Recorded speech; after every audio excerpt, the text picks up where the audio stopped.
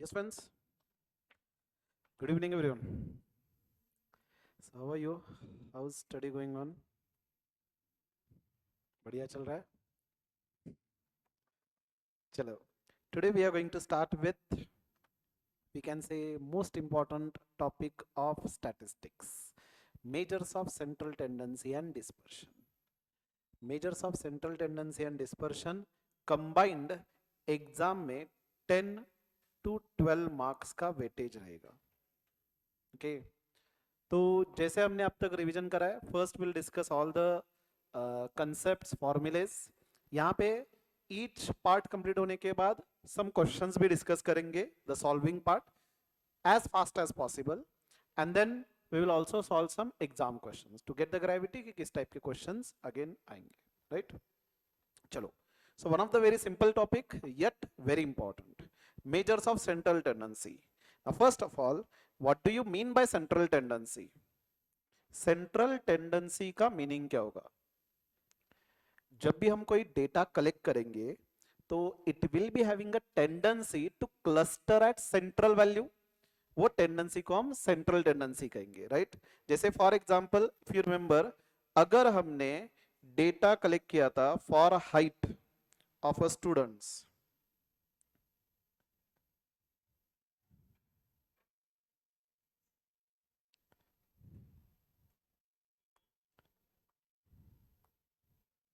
just a second, suppose हमने height का data collect किया है, से 2.5 to 3.5, 3.5 to 4.5, 4.5 to 5.5, 5.5 to 6.5 and 6.5 to 7.5. These are say height in feet. Okay, maximum बच्चों का हाइट कहाँ पे होगा? 4.5 to 5.5 ऑन एन एवरेज. यहाँ पे सबसे ज्यादा होंगे. Suppose 100 students are there, 60 students will be having height over here. से 20 स्टूडेंट्स की हाइट यहाँ पे हो सकती है, देन 5 स्टूडेंट्स की हाइट यहाँ पे, से 10 स्टूडेंट्स की हाइट यहाँ पे, कितना हुआ? 80. 5 स्टूडेंट्स की हाइट यहाँ पे. तो if you draw the graph something like this, it will B, यहाँ पे दो एग्जैक्टली सिमेट्रिकल होना जरूरी नहीं है, लेकिन सबसे ज्यादा क्लस्टरिंग सेंट्रल वैल्यू पे होगा. राइट कोई भी हाइट का लो या वेट का एग्जांपल लो और एवरेज मार्क्स का लो, तो जो सेंट्रल डेटा होता है वहां पे सबसे ज्यादा एक्यूमुलेशन होगा, फ्रीक्वेंसी ऑफ ऑकरेंस सबसे ज्यादा वहां पे होगा. This tendency we call it as central tendency of the data. Okay, so central tendency is defined as, is it visible?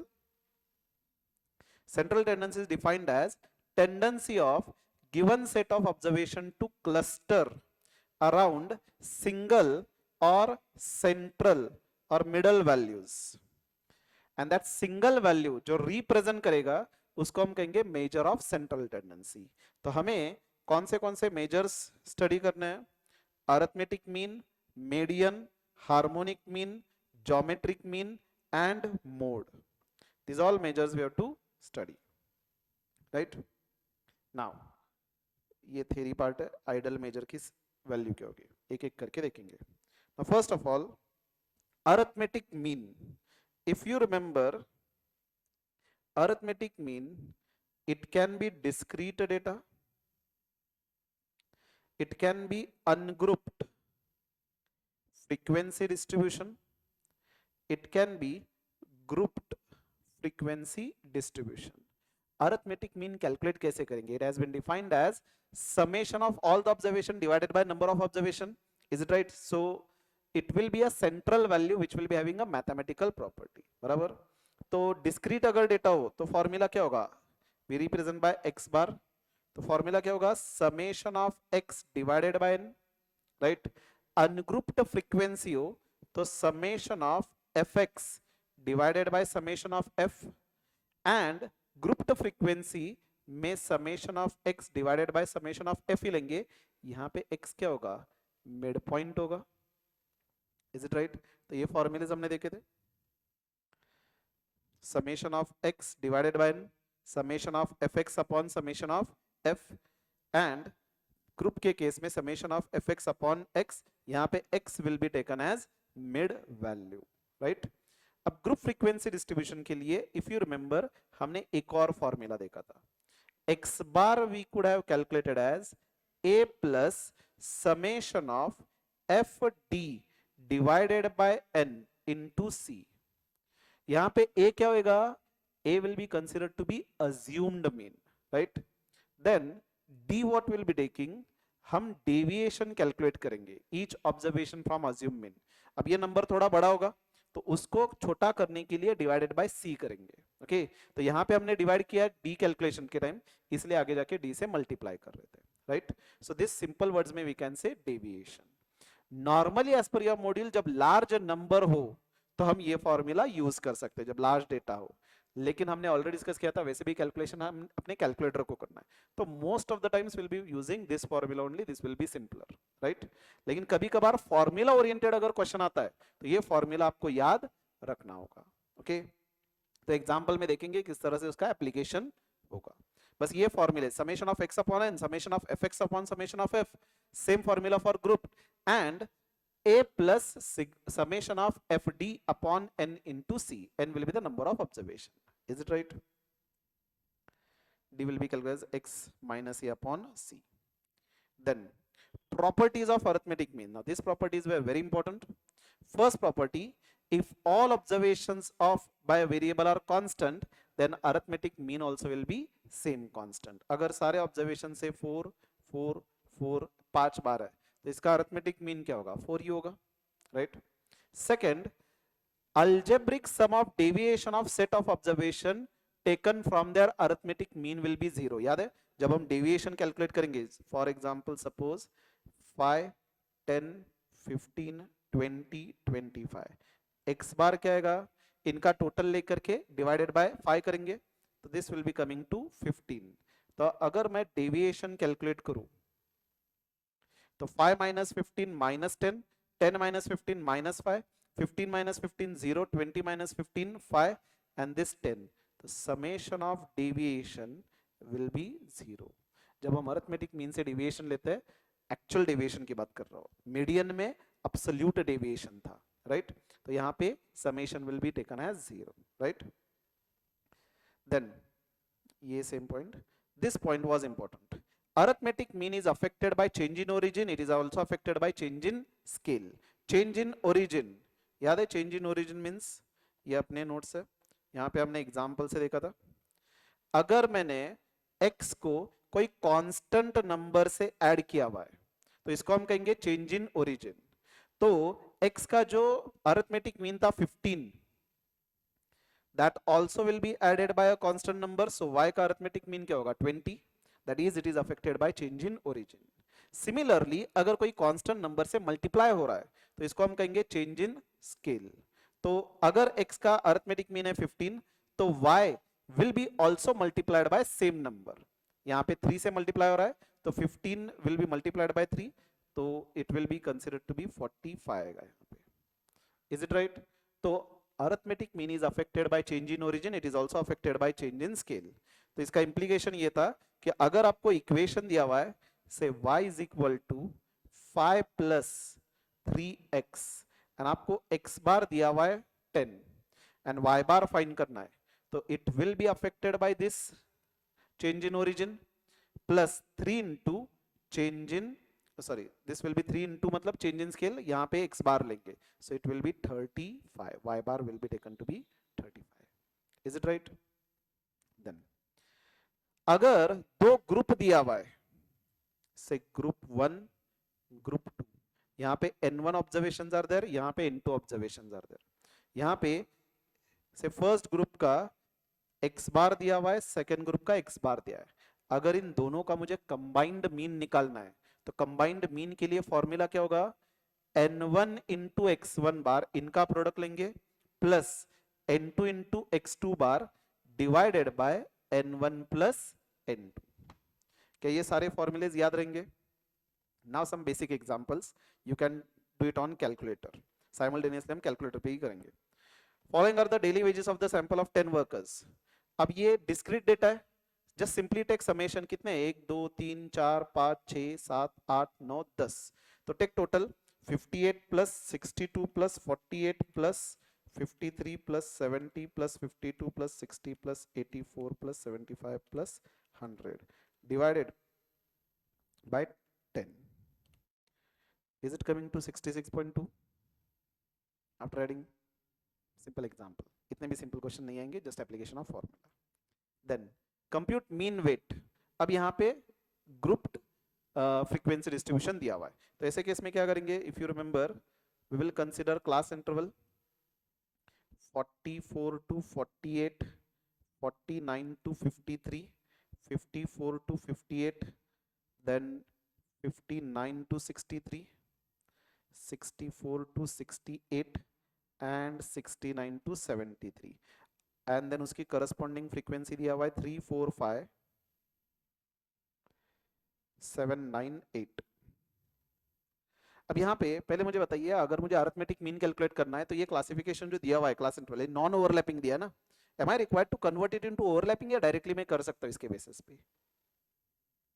Directly कर सकते हैं, ओवरलैपिंग में कन्वर्ट करने की जरूरत नहीं है. मीडियन में मोड में था, यहाँ पे जरूरत नहीं है, राइट? क्योंकि मुझे चाहिए क्लास मार्क या mid point, and mid point के लिए lower class limit plus upper class limit divided by 2 I can do, और lower class boundary plus upper class boundary divided by 2, दोनों केस में आएगा यहाँ पे same. So here you can take 44 plus 48 divided by 2. Mid point कितना आ रहा है? 46. Then 49 plus 53 divided by 2, 51. तो यहाँ पे 56, 61, 66, 71. अब सिंपली क्या करेंगे? एफ एक्स लेंगे and summation of f x लेंगे, एंड ये फ्रीक्वेंसी का भी टोटल करेंगे, summation of frequency 3 plus 4 7 12 19 then 28 and 36.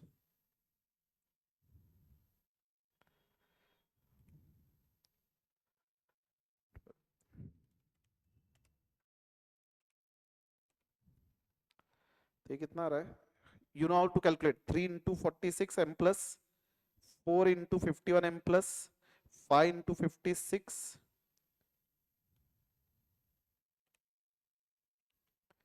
m plus 7 into 61 m plus 9 into 66 m plus 8 into 71 m plus.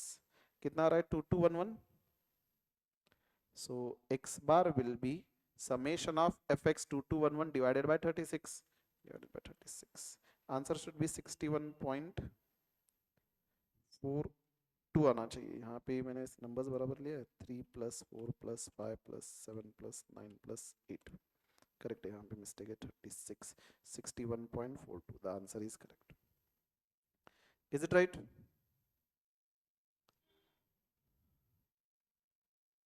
यहाँ पे एक्चुअल में यहाँ पे प्रिंटिंग मिस्टेक हुआ है, यहाँ पे 12 होना चाहिए, हमने 8 के बेसिस पे कैलकुलेट किया, right?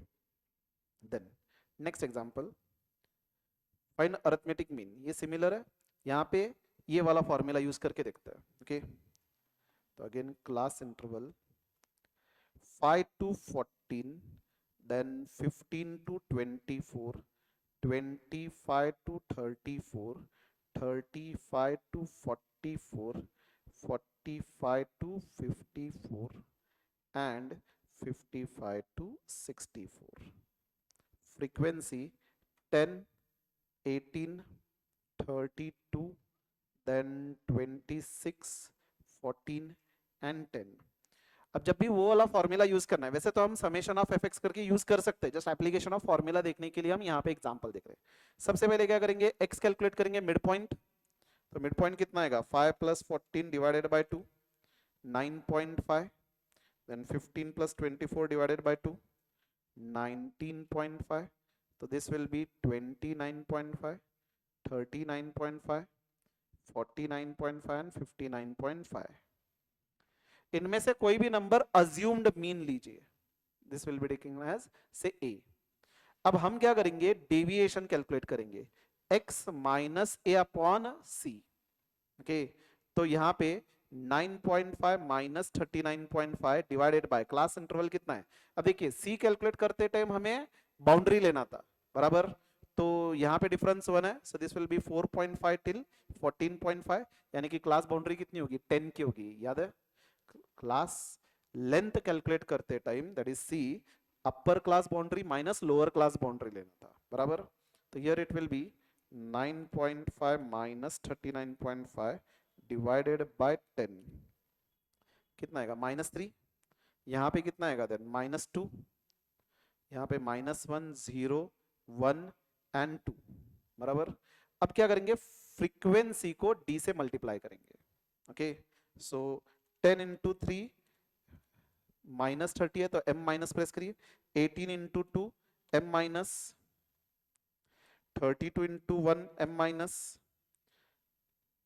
Then 0, 14 into 1 m plus and 10 into 2 m plus. Total कितना आ रहा है, summation of F D -64, is it right.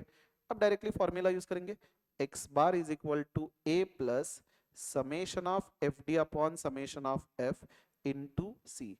Summation of f कितना होगा 28 and this to 30 60 60 90 100 110, is it right? So this will be 39.5 plus minus 64 upon 110 into 10,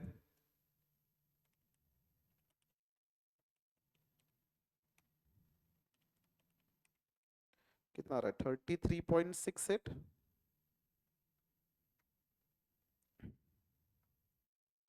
is it right? This is the arithmetic mean. So here we have just seen the application. ये same example fx से भी calculate करोगे तो same ही आएगा, right? 33.68. Then यहाँ पे there is missing figure, f1 and f2 consider कर सकते हैं, right? तो याद है ये कैसे calculate करेंगे, डायरेक्टली फॉर्मूला अप्लाई करके कैलकुलेट कर सकता है। Will just quickly see this, class interval 60 to 62, then 63 to 65, 66 to 68, 69 to 71, 72 to 74, corresponding frequency 5 18, इसको से f3 मानते हैं, एंड देन इसको 4 है इसलिए f4 मानते हैं, एंड देन 8, एंड आपको टोटल दिया हुआ है 100 स्टूडेंट्स, एंड आपको मीन भी दिया हुआ है। तो x बार दिया हुआ है 67.45 एंड समेशन ऑफ फ्रीक्वेंसी दिया हुआ है 100 स्टूडेंट्स है, मतलब डिवाइडेड बाय 100, बराबर।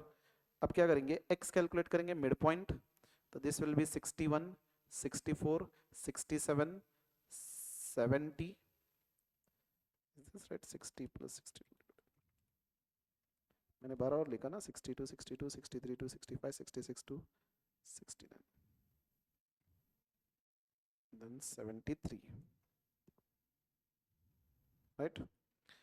अब क्या करेंगे, fx कैलकुलेट करेंगे, तो 61 इंटू 5 305, 18 इंटू 64 1152, अब ये 67 f3 होगा 70 f4 होगा, and then 73 into 8 584, summation of fx कितना आएगा, take total of this, is it 2041 plus 67 f3 plus 70 f4, right? Now what you are supposed to do is, पहले तो ये summation of frequency अगर मैं consider करूँ तो it is 100, and ये total कितना आ रहा है देखिए, 5 plus 18 plus 8 31, 31 plus f3 plus f4 is equal to 100, ये 31 राइट साइड जाएगा तो माइनस होगा, तो f3 plus f4 is equal to 69, f3 is equal to 69 minus f4, बराबर।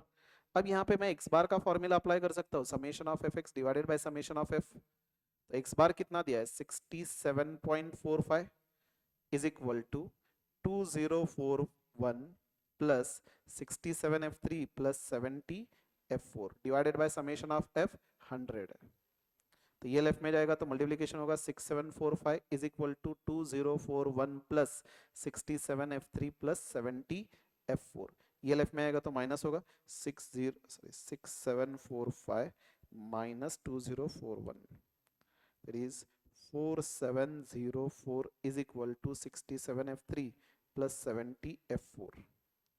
अब यहाँ पे f3 की जगह मैं ये सब्स्टिट्यूट कर सकता हूँ, तो 4704 is equal to 67 into 69 minus F4 plus 70 F4.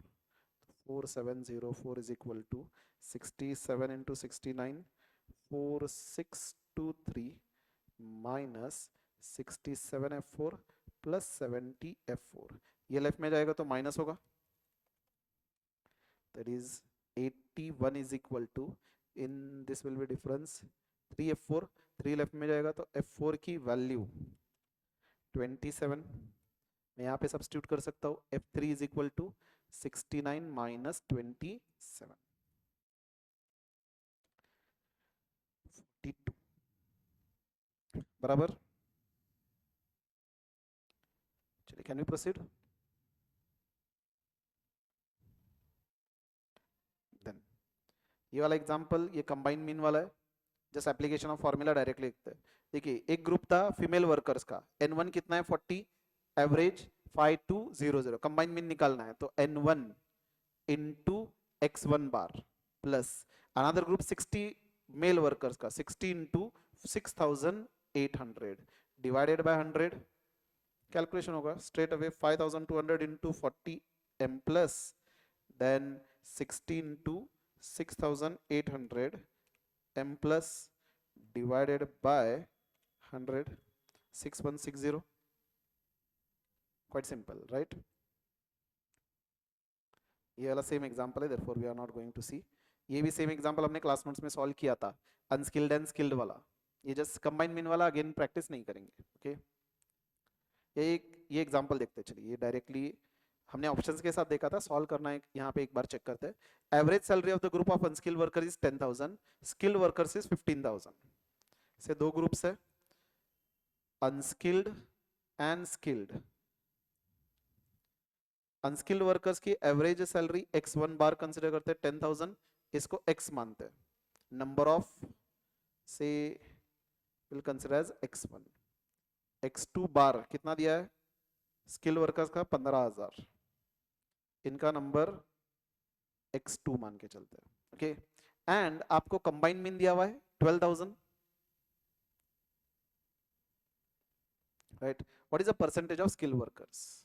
Here if I apply the formula, combined mean 12,000 is equal to number x1 into 10,000 plus x2 into 15,000 divided by, इसको एक काम करते हैं, यहाँ पे y मान के चलते हैं, तो x plus y बराबर, this will be also y.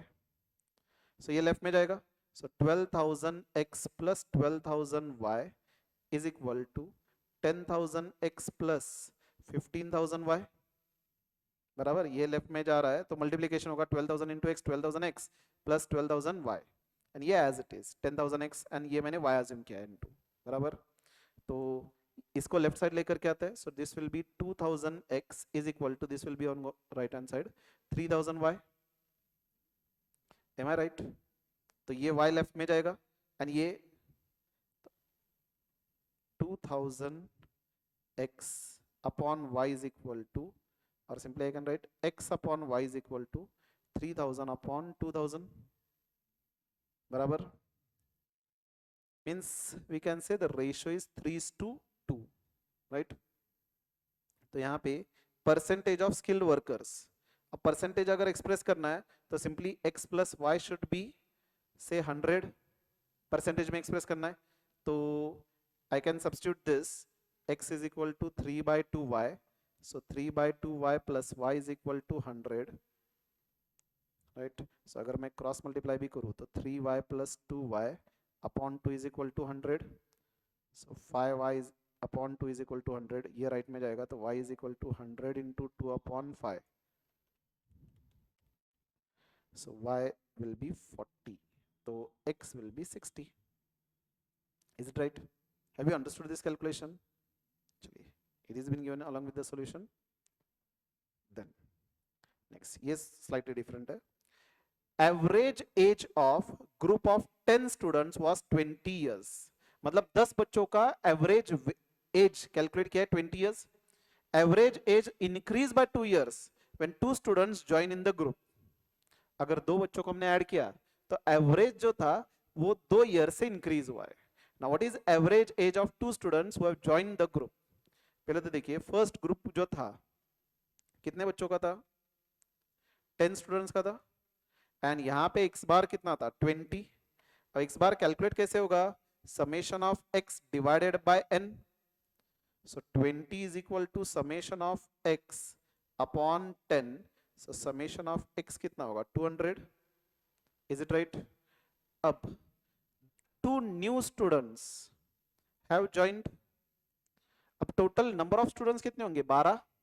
And x बार कितना होगा? 22, क्योंकि आपको क्या दिया है देखिए, एवरेज 2 ईयर से इंक्रीज हुआ है, तब 2 स्टूडेंट्स ऐड हुआ है, राइट? अब यहाँ पे x bar will be calculated as summation of x upon n. 22 is equal to summation of x upon 12. Cross multiply होगा, summation of x कितना है? 22 into 12, 264। देखिए पहले जब 10 बच्चे थे तो यहाँ पे समेशन टोटल एवरेज कितना था, या टोटल एज का टोटल कितना था? 200। अब जब 2 स्टूडेंट्स ऐड किया है तो टोटल कितना हुआ? 264। यानी कि 2 स्टूडेंट्स ऐड होने की वजह से एज में एडिशन कितना हुआ? 64। तो इन दोनों का एवरेज एज कितना होना चाहिए? 64 divided by 2, 32, right? Have you all understood this? So ये सिंपल एग्जांपल से can we go to next part? अब नेक्स्ट पार्ट मीडियन। याद है मीडियन हमने डिस्कस किया था? मीडियन मतलब पोजिशनल एवरेज होता है, होल सेट ऑफ डेटा को वो 2 पार्ट में डिवाइड करता है। Is it right? So 2 equal parts में वो डिवाइड करेगा, so that central value will be called as median. अब जब कैलकुलेशन करेंगे तो डिस्क्रीट डेटा हो तो स्टेप 1 क्या होगा? हम असेंडिंग ऑर्डर में अरेंज करेंगे, then will be taking n+1 divided by 2, that particular observation लेंगे, राइट? अगर ऑड नंबर्स हो तो डायरेक्ट नंबर मिलेगा, जैसे फॉर एग्जांपल असेंडिंग में ही दिया हुआ है 5, 8, 11, 20, 25। अब मीडियन कैलकुलेट करना है तो यहाँ पे सेंट्रल नंबर 11 होगा, डायरेक्टली ऑब्जर्वेशन से निकाल सकते हैं। अगर मैंने n+1 डिवाइडेड बाय 2 किया तो टोटल 5 है, 5 + 1 6, 6 divided by 2, third observation 1 2 3, third observation will be median. अगर इवन नंबर्स हो से 5, 8, 11, 14, 20 एंड 25, आइदर दो सेंट्रल नंबर का एवरेज लेंगे, राइट? और अगेन n+1 डिवाइडेड बाय 2 करें यहाँ पे, that will be 6 + 1 divided by 2, 3.5। तो third observation plus 0.5 into fourth minus third लेना है, राइट? तो third observation is 11 plus 0.5 into 14 minus 11 करेंगे। सो ये कितना आएगा? दिस विल बी 1.5, 12.5 आएगा।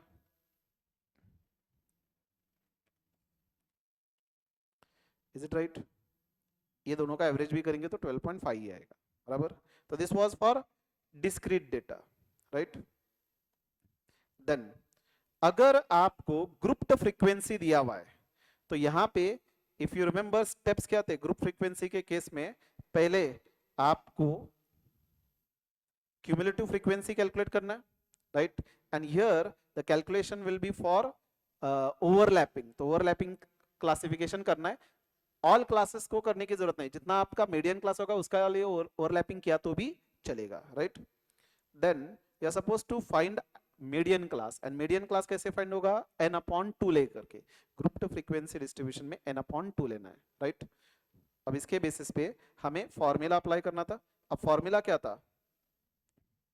Median will be calculated as L1 plus n/2 minus NL upon NU minus NL into C। याद है? This was a formula. L1 क्या था? जो मीडियन क्लास होगा उसका lower class boundary, n/2 direct calculation करेंगे। NL मतलब क्या होगा? जो मीडियन क्लास है उसका प्रीसीडिंग क्लास का क्यूमुलेटिव फ्रीक्वेंसी। NU क्या था? जो आपका मीडियन क्लास है उसका cumulative frequency. And then C means class length, बराबर? तो ये calculation application of formula example में देखेंगे। And once use this formula, यहाँ पे will see with the application of the formula. I'll just show first this part. Quartiles calculation भी same formula होगा। Quartiles में इसको हमें n/4 लेना था r इंटू, मतलब पार्टीशन वैल्यू Q1 अगर फाइंड करना है तो क्या करेंगे? अगर डिस्क्रीट डेटा हो तो r इंटू n+1/4 लेंगे, मतलब Q1 अगर हो तो ये 1 होगा, Q3 अगर हो तो 3 इंटू n प्लस 1/4 लेंगे, राइट। अगर ग्रुप्ड फ्रीक्वेंसी हो तो 1 इंटू n बाय 4 लेंगे, Q3 के केस में 3 इंटू n बाय 4 लेंगे। सेम फॉर्मूला अप्लाई करेंगे, इसको हमने नाम दिया था NP, बराबर। Similarly decile whole set of data को 10 इक्वल पार्ट में डिवाइड करेगा, तो यहां पे हम क्या करेंगे, n प्लस 1 डिवाइडेड बाय 10 लेंगे, यहां पे भी divided by 10। Is it right? जब आप पर्टिकुलर डिसाइल कैलकुलेट कर रहे हो। परसेंटाइल जब कैलकुलेट करेंगे तो whole set of data is divided into 100 equal parts, तो डिवाइडेड बाय 100 करेंगे। Is it right? Let's see the application of it. Compute the median for below given information. अब यहाँ पे क्यूमुलेटिव फ्रीक्वेंसी ऑलरेडी दिया हुआ है, तो क्या करेंगे, पहले टोटल क्यूमुलेटिव फ्रीक्वेंसी कितना है 308, तो 308 डिवाइडेड बाय 2 करना है, 154। अब 154 किसके बीच में आएगा, 119 एंड 201, तो 119 तक ऑब्जर्वेशन ऑलरेडी यहां तक हो चुके हैं, राइट। तो अपना मीडियन क्लास ये होगा, राइट। तो lower class boundary will be, ये एक्चुअल आपको क्लास बाउंड्री इस मैनर में दिया हुआ है, we can write like this 409.5 till 429.5, तो lower class boundary will be L1 this, अपना मीडियन क्लास का जो cumulative frequency that will be taken as NU and pre-median class will be taken as NL, and we'll just apply the formula to calculate the median. application of formula आगे जाके example में देखेंगे, okay. ये देखिए यहाँ पे भी directly check करेंगे, 0 to 10, 10 to 20, 20 to 30, 30 to 40, 40 to 50 and 40 50 to 60। अब यहाँ पे क्यूमुलेटिव फ्रीक्वेंसी 5, 13, देन मतलब ये इस मैनर में दिया हुआ है, it will be 0 to 10, then 10 to 20, 20 to 30, 30 to 40 and 40 to 50, 5, 8। अब यहाँ पे मिसिंग फिगर है, ये एग्जांपल लास्ट में देखेंगे, ठीक है, क्योंकि calculation will see just a basic part of it first of all. This part was very important, properties of median. x and y, if they are two variables such that y is equal to a plus bx, any two constant a and b, then the median of y will be calculated as y median is equal to a plus b into x median। मतलब same, median will be also affected by change in origin as well as change in scale। Same calculation यहाँ पे होगा, जैसे for example 2x minus 5y दिया हुआ है 10, हमें x का मीडियन दिया हुआ है, तो डायरेक्टली मैं सब्स्टिट्यूट कर सकता हूँ 2 इंटू x का मीडियन माइनस 5 इंटू y का मीडियन इज इक्वल टू 10। ये जो नंबर सब्स्टिट्यूट करके डायरेक्टली y का मीडियन फाइंड करेंगे, right. Now this point, for set of observations sum of absolute deviation is minimum when the deviations are been taken from median।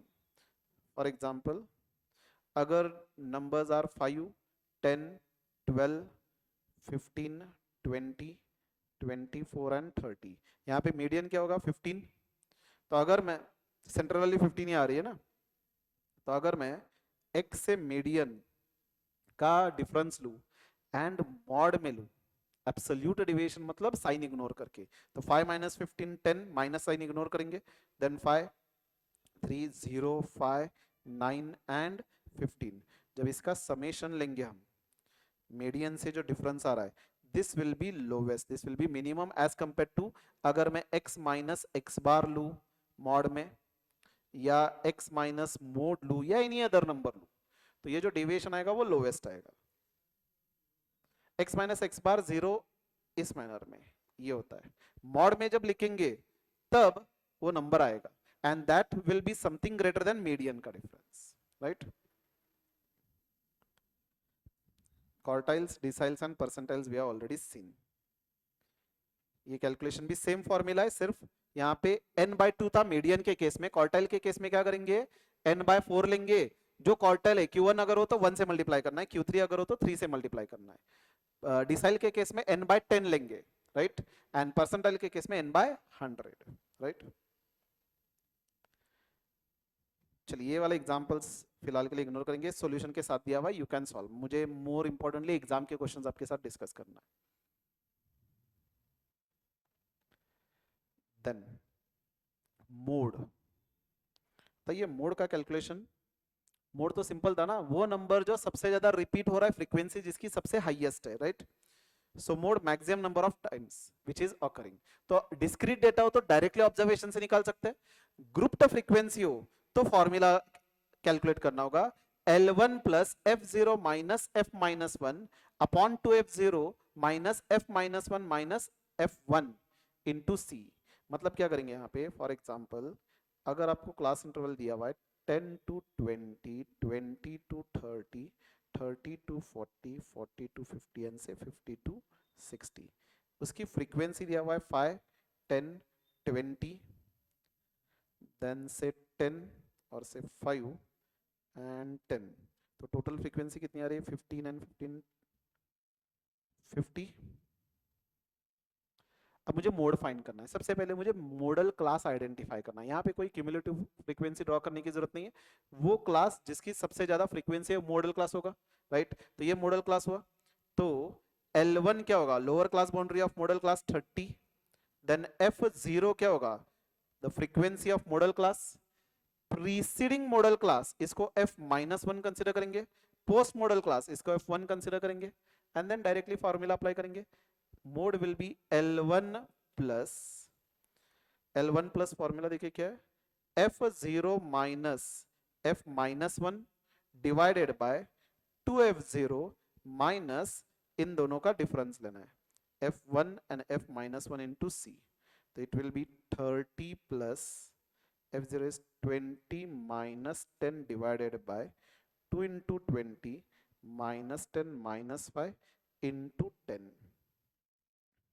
So कितना आएगा, ये calculation पहले denominator solve करेंगे, 2 into 20 minus 15 m plus 20 minus 10 तो 10 होता है, 10 divided by MRC into 10 plus 30।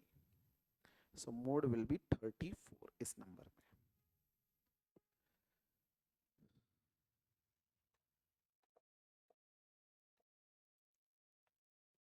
Have you understood? चलिए same यहाँ पे कैलकुलेशन, फ्रीक्वेंसी किसकी ज्यादा है यहाँ पे, in this example, example he print हुआ नहीं है यहाँ पे, 82 फ्रीक्वेंसी उसकी ज्यादा है, तो ये F0 होगा, उसका preceding class F minus one, next class F1, directly formula substitute करेंगे टू कैलकुलेट।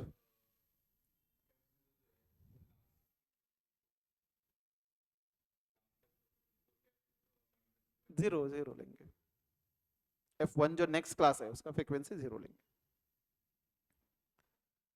देन अब हमने डिस्कस किया था, एक सिमेट्रिक डिस्ट्रीब्यूशन होता है, एक स्क्यूड डिस्ट्रीब्यूशन होता है, याद है। सिमेट्रिक डिस्ट्रीब्यूशन मतलब कैसे होगा, से 10 to 20, 20 to 30, 30 to 40, 40 to 50 and 50 to 60। Frequency यहाँ पे 30, 20, 10, 20, 10। तो अगर हम ग्राफ ड्रॉ करेंगे तो यहाँ पे सेंटर से जितना स्कैटर्डनेस लेफ्ट साइड है उतना ही स्कैटर्डनेस राइट साइड रहेगा, सेंटर में यहाँ पे फ्रीक्वेंसी 30 है। तो this was a symmetric distribution, right.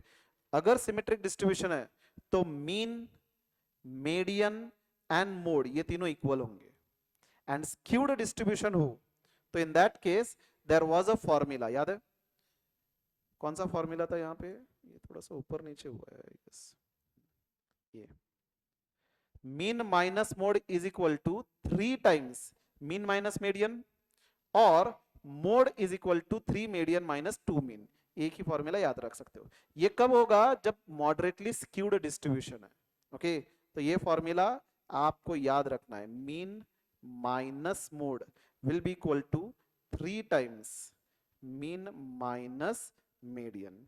ये स्क्यूड डिस्ट्रीब्यूशन के लिए फॉर्मूला होगा, सिमेट्रिक के लिए तो तीनों इक्वल ही होंगे, बराबर।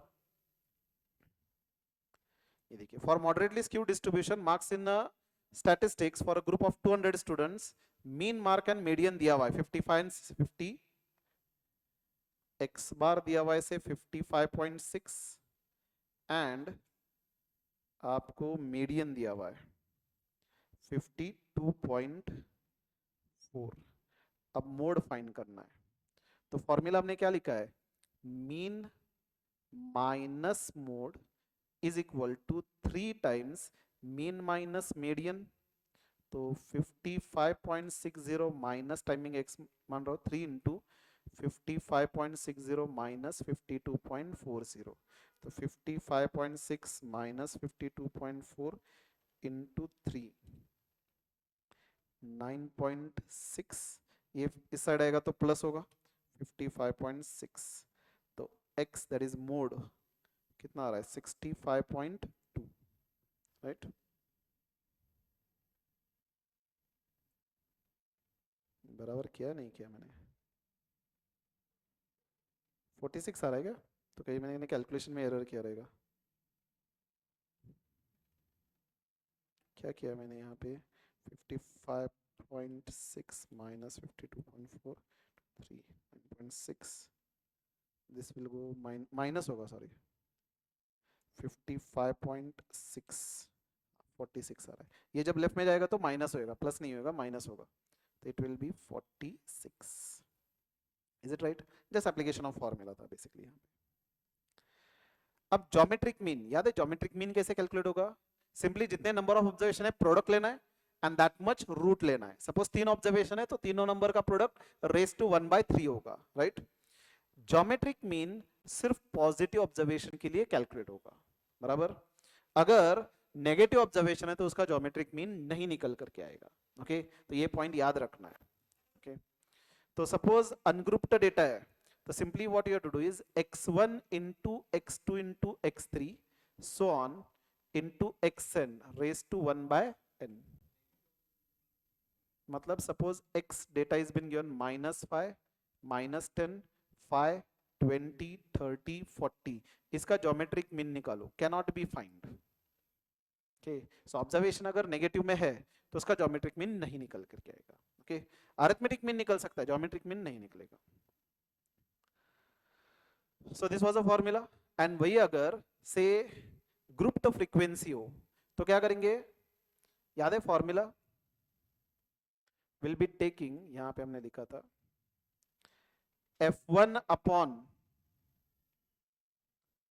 ये जो हमने समरी नोट्स बनाए थे ना उसी में से आप रिवाइज कर सकते हो, ये मैंने एज इट इज लिया यहां से, सॉरी x1 अगर ग्रुप फ्रीक्वेंसी हो तो x1 raise to f1 plus x2 raise to f2 plus x3 raise to f3 and so on xn raise to fn raise to 1 upon summation of frequency लेंगे, right. ये formula याद रखना है। Ungrouped अगर हो तो x तो directly होगा, ग्रुप्ड हो तो क्या करेंगे, x will be taken as mid point, right. Then ये प्रॉपर्टीज में हमने एक पॉइंट देखा था, अगर हाँ सॉरी ये मल्टीप्लाई होता है, प्लस नहीं करेंगे, प्रोडक्ट ही लेंगे इन ऑल केसेस, राइट। अब फर्स्ट प्रॉपर्टी, ज्योमेट्रिक मीन का लॉग जब निकालेंगे तो this will be equal to, किसके साथ इक्वेट करेगा वो, ईच ऑब्जर्वेशन का जब लॉग निकालेंगे एंड उसका अरिथमेटिक मीन कैलकुलेट करेंगे तो इट विल बी सेम। हमने ये प्रूव करने के लिए एक एग्जांपल लिया था, x सपोज 3927 है, तो पहले ये 3927 का मैं ज्योमेट्रिक मीन कैलकुलेट करूंगा, ओके। तो 3927 का क्या आएगा, 3 इंटू 9 इंटू 27, पहले प्रोडक्ट लीजिए, 3 इंटू 9 इंटू 27 729, तो कौन से नंबर का क्यूब 729 आता है, 9 का क्यूब आता है, तो 729 का क्यूब रूट क्या होगा 9, तो ज्योमेट्रिक मीन वाज 9, राइट। अब हमें क्या करना है, ईच ऑब्जर्वेशन का लॉग निकालेंगे, हमने अज्यूम किया था log x to the base 3, तो log 3 टू द बेस 3 क्या होगा 1, then second observation 9 log 9 to the base 3 क्या होगा 2, log 27 टू द बेस 3 क्या होगा 3, तो इनका ईच लॉग जो निकाला है उसका अरिथमेटिक मीन निकालना है, तो ये टोटल करेंगे 6 divided by it will be 3 ना, तो यहां पे arithmetic mean 6 divided by 3, so that will be 2, right.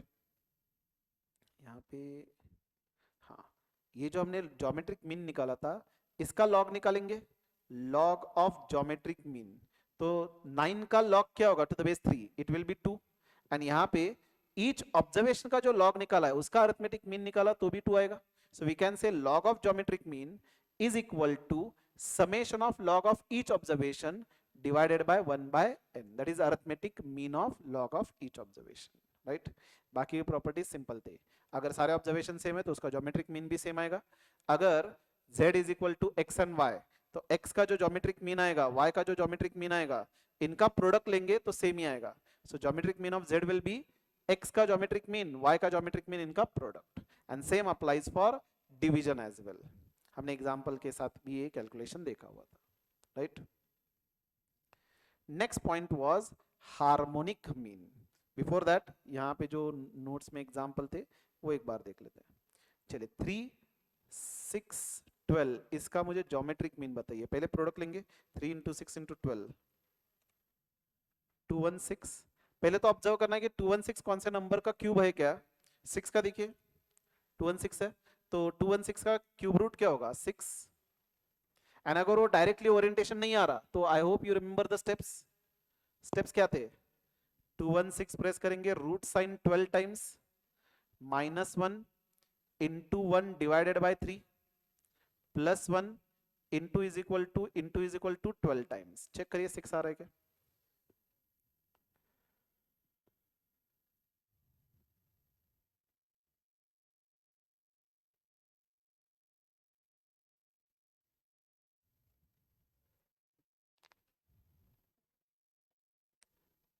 Is it coming to 6?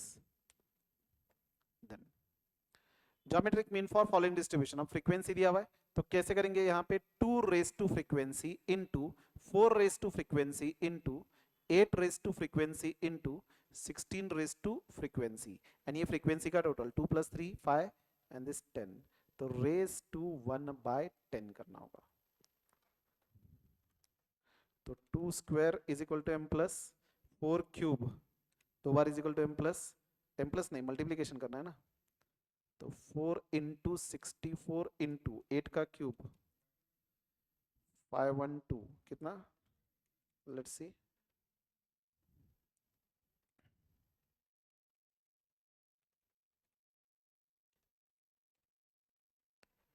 Raise to 1/3 तो इसका क्यूब रूट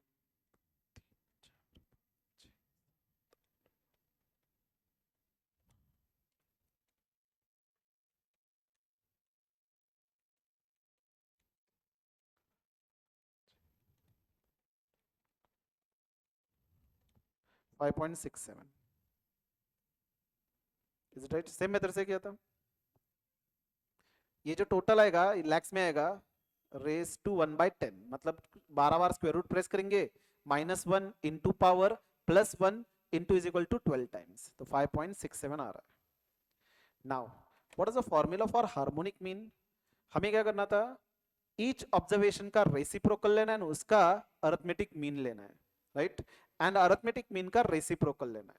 तो सिंपली फॉर्मूला क्या बन रहा था यहाँ पे. जब ऑब्जर्वेशन दिया जाएगा आपको से 5, 6, 8 तो क्या करेंगे. ऑब्जर्वेशन कितने 3 डिवाइडेड बाय 1/5 प्लस 1/6 प्लस 1/8. ये कैलकुलेशन होगा. अब कैलकुलेशन कैसे करेंगे. डिनोमिनेटर में 1 divided by 5 m plus 1 divided by 6 m plus 1 divided by 8 m plus 3 divided by MRC 6.10. This will be the harmonic mean. Right. ये पहले कैलकुलेशन करेंगे m plus 3 divided by MRC. Directly answer आ जाएगा. Right.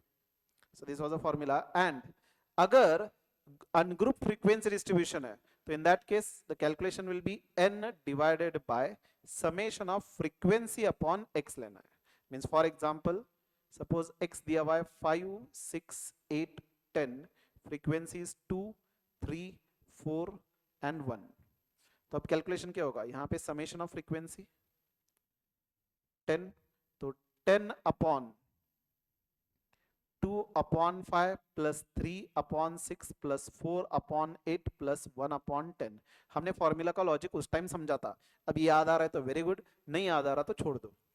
2 divided by 5 m plus 3 divided by 6 m plus 4 divided by 8 m plus 1 divided by 10 m plus 10 divided by MRC 6.67. Right.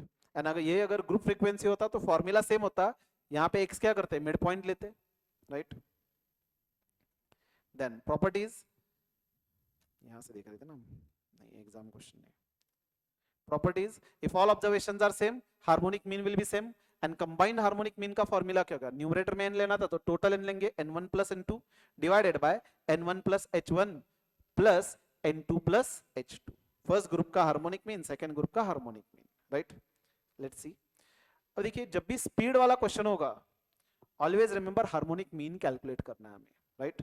तो यहाँ पे a man travels at 20 kilometre per hour, return at 30 kilometre per hour, average speed. अब average speed यहाँ पे दो ही observation है। एक चीज याद रखिए, जब भी स्पीड का एवरेज निकालना है तो हार्मोनिक मीन लेंगे, राइट। तो यहाँ पे 20 एंड 30 दो ही डेटा है, तो हार्मोनिक मीन क्या होगा, 2 अपॉन n लेना है ना 2, तो 1 अपॉन 20 प्लस 1 अपॉन 30, तो 1 divided bye 20 m plus 1 divided bye 30 m plus 2 divided by MRC 24, this will B average speed, बराबर। देन 4 6 10 इसका हार्मोनिक मीन फाइंड करना है, 4 6 10 नंबर ऑफ ऑब्जर्वेशन कितने, 3 divided by 1 by 4 plus 1 by 6 plus 1 by 10। देखिए यहाँ पे revision में हम जब सॉल्व कर रहे हैं तो प्रेजेंटेशन वगैरह मैटर नहीं कर रहे, हमने मेन कैलकुलेशन जब किया था तो सब कुछ प्रॉपरली लिखा था। यहाँ पे मुझे as fast as possible answer चाहिए, तो 1 divided by 4 m plus 1 divided by 6 m plus 1 divided by 10 m plus 3 divided by MRC 5.81 something, rounding off difference, right. ये same aeroplane flies at A to B 500 comes back at 700 average speed, तो दो ही rate है 500 and 700, तो 500 700 speed दिया हुआ है, तो 2 upon 1 by 500 plus 1 by 700, 1 divided by 500 m plus 1 divided by 700 m plus 2 divided by MRC 583.33 answer. ये study model का भी क्वेश्चन है, बराबर। हार्मोनिक मीन, अगर यहाँ पे ग्रुप क्लासिफिकेशन दिया हुआ है फ्रीक्वेंसी डिस्ट्रीब्यूशन, तो समेशन ऑफ दिस, ये टाइप का हमने ऑलरेडी देखा है, तो अगेन सेम कैलकुलेशन की जरूरत नहीं है। अब देखिए arithmetic mean, geometric mean and harmonic mean, इनमें रिलेशन, अगर ऑल ऑब्जर्वेशंस आर सेम, मतलब सारे के सारे ऑब्जर्वेशन सेम है, तो यहाँ पे arithmetic mean, harmonic mean and geometric mean ये सेम ही होगा। लेकिन अगर ये डिफरेंट है तो always remember arithmetic mean will be greater than geometric mean and geometric mean will be greater than harmonic mean. ये पॉइंट हमने यहाँ पे समरी में इस मैनर में लिखा था, when all observations are same it will be equal, and when they are distinct this inequality combined इनका arithmetic mean is greater or equal to geometric mean and geometric mean is greater or equal to harmonic mean, बराबर। बाकी point directly weighted average, weighted average मतलब क्या है, weights के basis पे average निकालेंगे। Suppose x दिया हुआ है 10 20 एंड इसका वेट दिया है से 0.60 एंड 0.40, तो हम क्या करेंगे x इंटू वेट करेंगे, तो 10 इंटू 0.60 6, 20 इंटू 0.40 से 8, summation of weight into x लेना है, it will be 14, x bar will be calculate summation of weight x into weight divided by summation of weight, तो यहाँ पे summation of weight will be 1, तो it will be 14 upon 1, so average will be 14, okay, it will be simply weight and x का product summation of weight denominator में लेना है, okay, don't bother for this, proof वाले question relevant नहीं है अपने लिए, तो just ignore this। Find the mean and median from the following data, less than 10, less than 20, less than 30, less than 40 and less than 50। if you remember less than वाला अगर example हो तो ये जो है ये क्यूमुलेटिव फ्रीक्वेंसी दिया हुआ है, राइट। तो if I right into the frequency, sorry, right into the class interval 0 to 10, 10 to 20, 20 to 30, 30 to 40 and 40 to 50। Frequency क्या होगी, लेस देन 10 5 है, मतलब 0 to 10 5 होंगे, लेस देन 20 टोटल 13 है जिसमें ये 5 इंक्लूडेड होंगे, बराबर। ये क्यूमुलेटिव फ्रीक्वेंसी है, तो 13 माइनस 5 इसकी फ्रीक्वेंसी होगी 8। देन 23 सो 23 माइनस 13, इसकी फ्रीक्वेंसी होगी 10। लेस देन 40, 27, इसमें ये सारे इंक्लूडेड है, तो ये क्लास की फ्रीक्वेंसी क्या होगी? 27 माइनस 23 4, एंड ये 30, तो 30 माइनस 27, दिस विल बी 3। इनका अगर हम टोटल लेंगे तो ये 30 आएगा। Okay, now I can calculate anything. Mean calculate करना है तो x लिखेंगे यहाँ पे 5, मतलब मिड पॉइंट होगा इसका 15, 25, 35 एंड 45, राइट। तो fx कैलकुलेट करेंगे, समेशन ऑफ fx लेंगे divided by the observation. Directly calculate करिए, 5 into 5 m plus 8 into 15 m plus 10 into 25 m plus 4 into 35 m plus 3 into 45 m plus MRC divided by 30।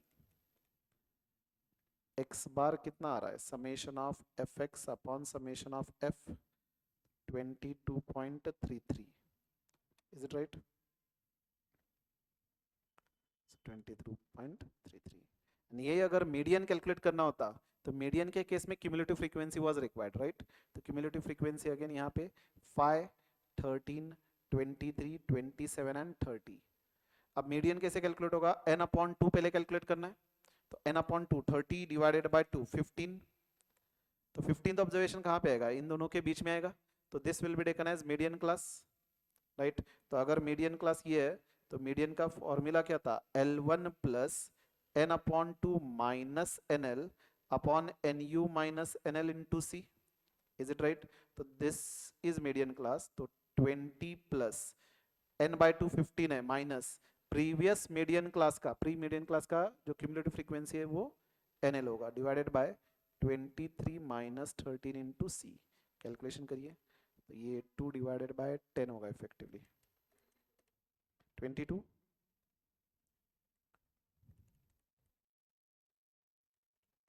This will be 22 exactly. Have you understood the application? चलिए, general review of measure of central tendency हमने already लिखा था। If you remember, best measure of central tendency कौन सा है? Arithmetic mean. It is rigidly defined, एक ही value आएगा। It is based on all observations, easy to calculate, simple to calculate, amenable with mathematical properties. However, arithmetic mean has one drawback, it is affected by sampling fluctuation। मतलब arithmetic mean sampling fluctuation, numbers लेने में अगर गलती होती है तो उसके basis पे सैंपल जब निकालेंगे, पॉपुलेशन का एवरेज एंड सैंपल का एवरेज डिफरेंट आ सकता है, right. In case of frequency distribution, mean can not B advocated for open end classification. याद है ओपन एंड क्लासिफिकेशन के लिए कौन सी बेस्ट सेंट्रल वैल्यू होगी? Median, right. Open end classification याद है ना?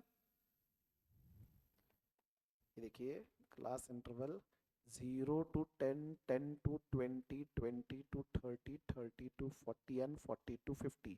यहाँ पे स्टार्ट हो रहा है 0 से, क्लोज हो रहा है 50 पे। This is called as close ended classification. And suppose if I write less then 10, 10 to 20, 20 to 30, 30 to 40, above 40, this will be called as open end classification। for open end classification less than 10 कितना observation है, greater than 40 कितने observation है पता नहीं कहां तक है, लेकिन मीडियन तो ये सेंट्रल वैल्यू में ही रहेगा। तो ओपन एंड क्लासिफिकेशन के लिए best measure of central value is median, right. So like arithmetic mean, median is also rigidly defined, easy to understand and compute। median का प्रॉब्लम क्या है? It is not with mathematical treatment. हम deviation directly mod में लिखते हैं, minus sign का directly plus करते हैं, राइट। तो median is not much affected by sampling fluctuation. It is most appropriate for open end classification, MCQ के लिए रिलेवेंट है, right. Mode, most popular measure of central value, but mode cases remain undefined. Many times it will happen कि mode define ही नहीं होगा, एक भी mode नहीं आएगा, right. So unlike mean, it is also not having any mathematical property and it is also affected by sampling fluctuation। geometric mean and harmonic mean, like arithmetic means, it is having mathematical property, it is rigidly defined based on all observations, but they are difficult to understand and calculate, थोड़े complicated formulas है उसके। it has limited application। average rates and ratio के लिए geometric mean and harmonic mean हम use करते हैं, specifically याद रखना है। एवरेज रेट्स एंड रेशियो के लिए geometric mean harmonic mean use होता है, स्पेसिफिकली स्पीड के केस में हार्मोनिक मीन यूज करेंगे। ये सम टेक्निकल पॉइंट्स याद रखना है। यहां तक हमने measures of central tendency discuss करा, ओके।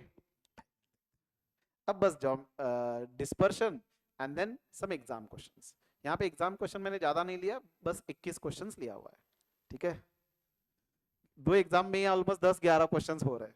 अर्लियर हमने जो थ्योरेटिकल डिस्ट्रीब्यूशन उसके लिए 4-5 एग्जाम क्वेश्चंस लिए थे, तो उतना सॉल्व करना पॉसिबल नहीं होगा, बट दो एग्जाम के बेसिस पे तो एटलीस्ट आपको रफ आइडिया आएगा किस तरह से क्वेश्चंस आते हैं। ओके, चलिए मेजर्स ऑफ डिस्पर्शन। याद है डिस्पर्शन में हम क्या मेजर करेंगे?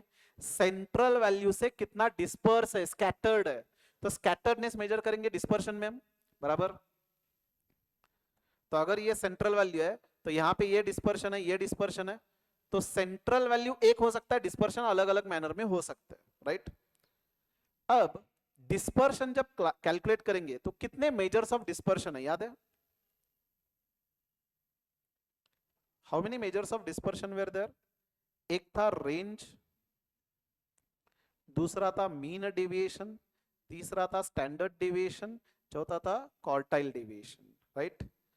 अब इनको हम कहेंगे एब्सोल्यूट मेजर ऑफ डिस्पर्शन। याद है, आपने समरी बुक लाया ना, इसमें हमने लिखा है absolute major of dispersion. And जब मुझे डिस्पर्शन कंपेयर करना है तो I will be calculating relative major of dispersion. Relative major में क्या होगा? Coefficient of range, coefficient of mean deviation, coefficient of standard deviation, coefficient quartile deviation, बराबर। अब एक एक करके आप मुझे बता सकते हो। फर्स्ट, रेंज का फॉर्मूला क्या था कैलकुलेट करने के लिए?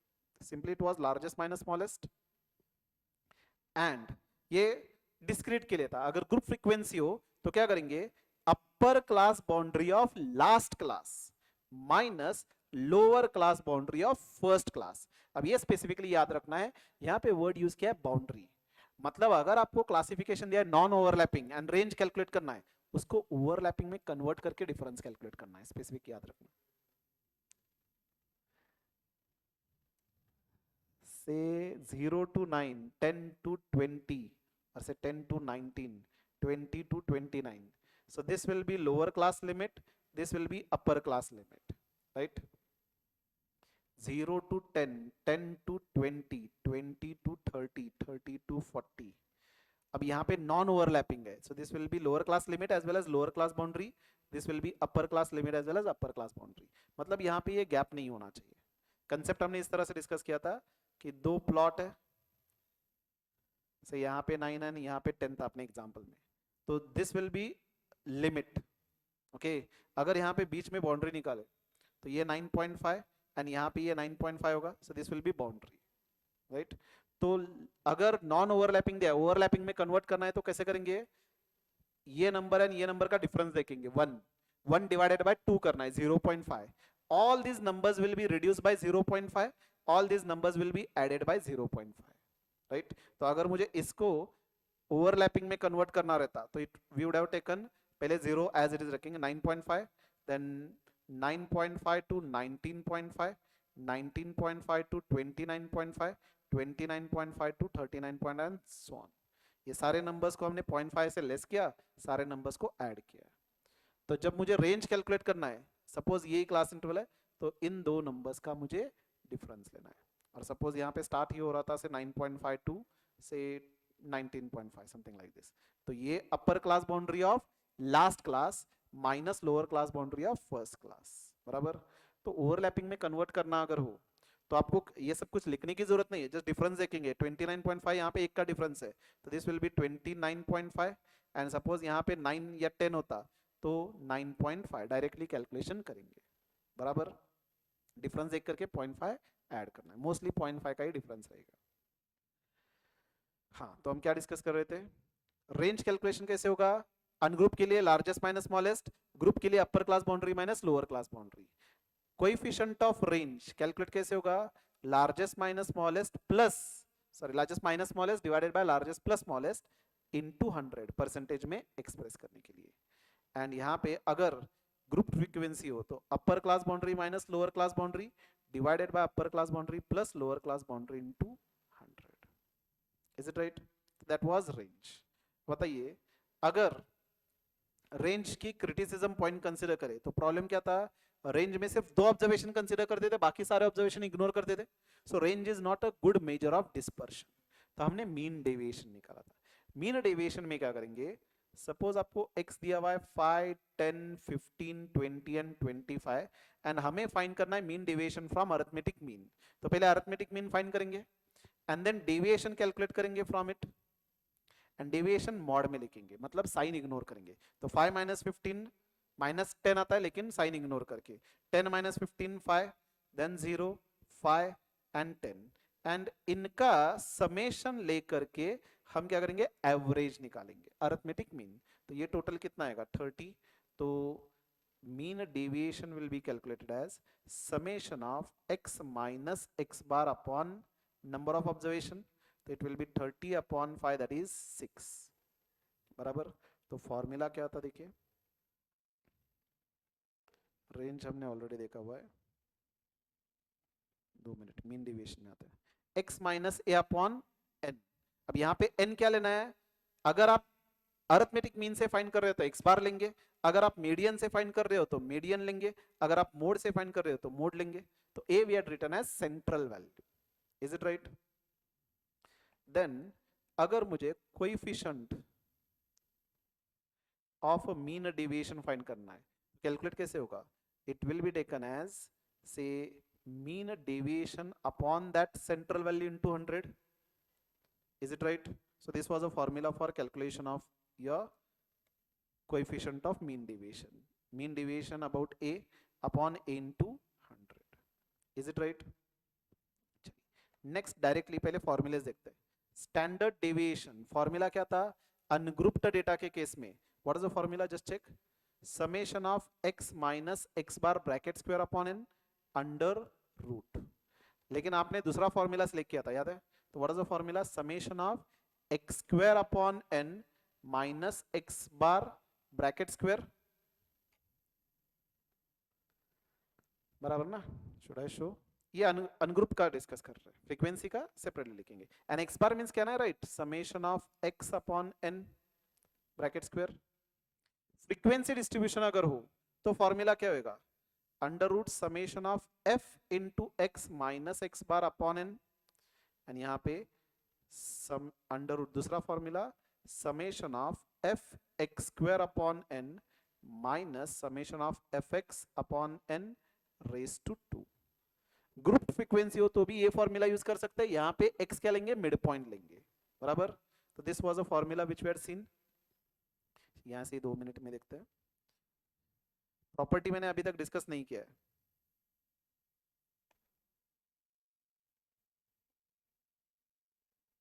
मीन डेविएशन का हमने फॉर्मूला देखा, कोएफिशिएंट का फॉर्मूला देखा, एंड देन स्टैंडर्ड डेविएशन का ये वाला फॉर्मूला, एंड आपने जो सिलेक्ट किया था वो ये वाला फॉर्मूला था, बराबर।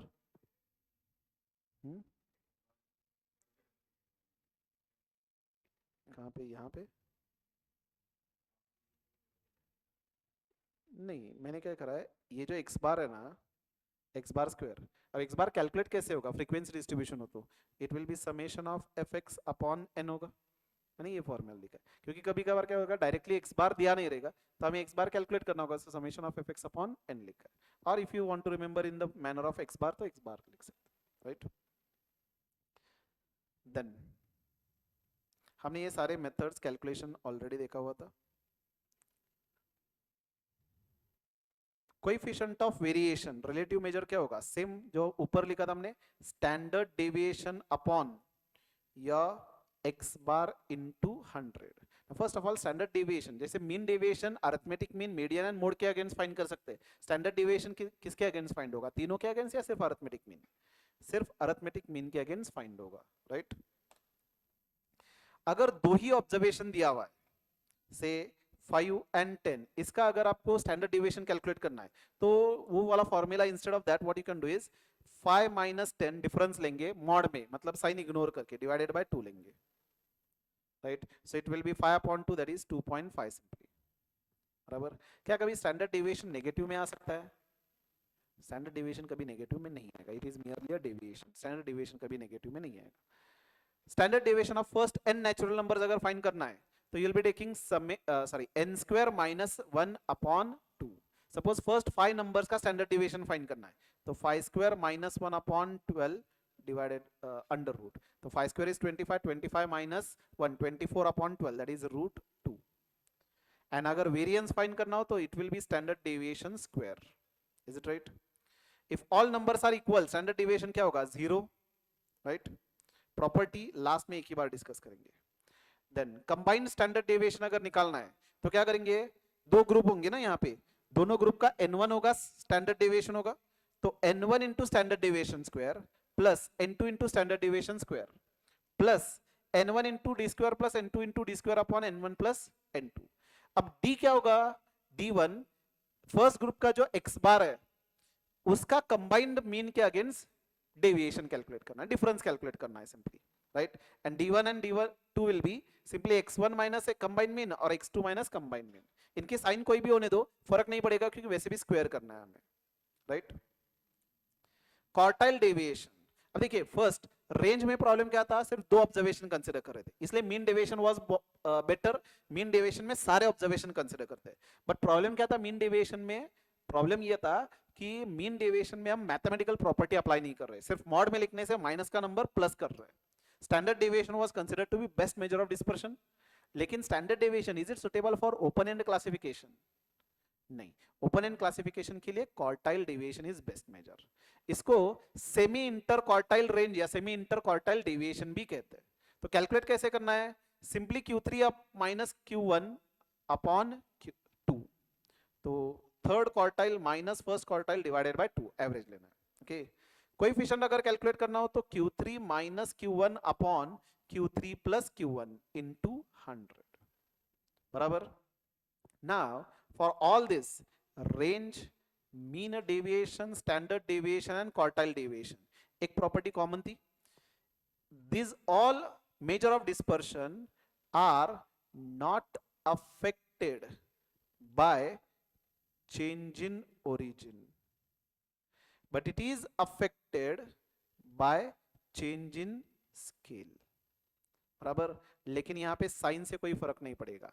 Means if y is equal to a plus bx and हमें स्टैंडर्ड डेविएशन ऑफ y निकालना है, तो स्टैंडर्ड डेविएशन ऑफ y क्या होगा? ये प्लस से कोई इंपैक्ट नहीं होगा, राइट?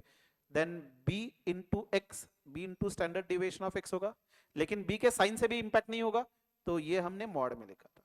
सिमिलरली रेंज अगर कैलकुलेट करना होता तो range of y will be equal to mod b into range of x. Mean deviation calculate करना रहता, mean deviation of y will be mod b into mean deviation of x. Quartile deviation calculate करना है, mod b into quartile deviation of x. Is it right?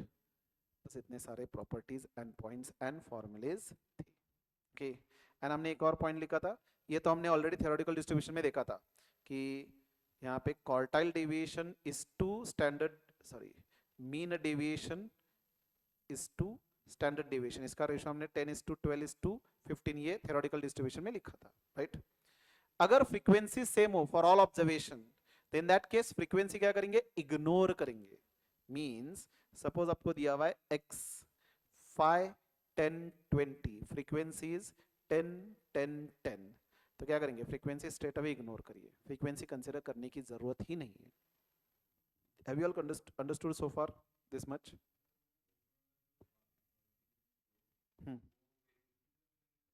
नहीं, सिर्फ standard deviation के लिए.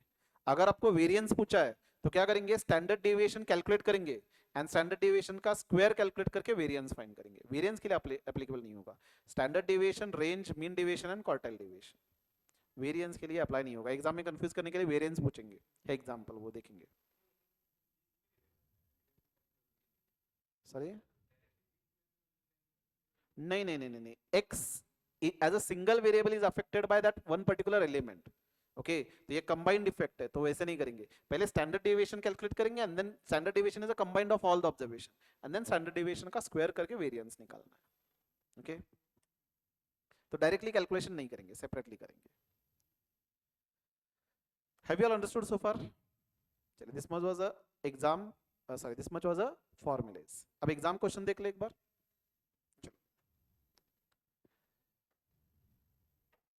May 25, first question.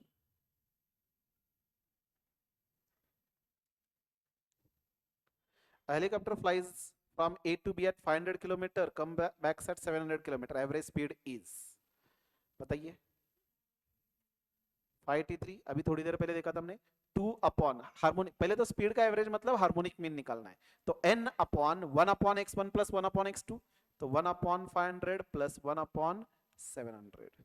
तो this comes to 583.33. Denominator पहले calculate करेंगे. 1 divided by 500 m plus 1 divided by 700 m plus 2 divided by mrc. 583.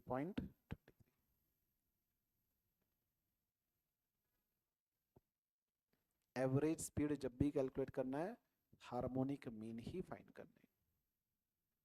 बराबर आ रहा है 583. डायरेक्टली यहाँ पे कैलकुलेशन होगा.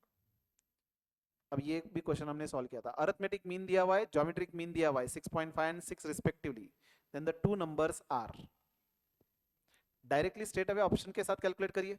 6 प्लस ऑप्शन ए के साथ अगर चेक करूं, 6 plus 7 divided by 2, 6.5 arithmetic mean के साथ मैच हो रहा है.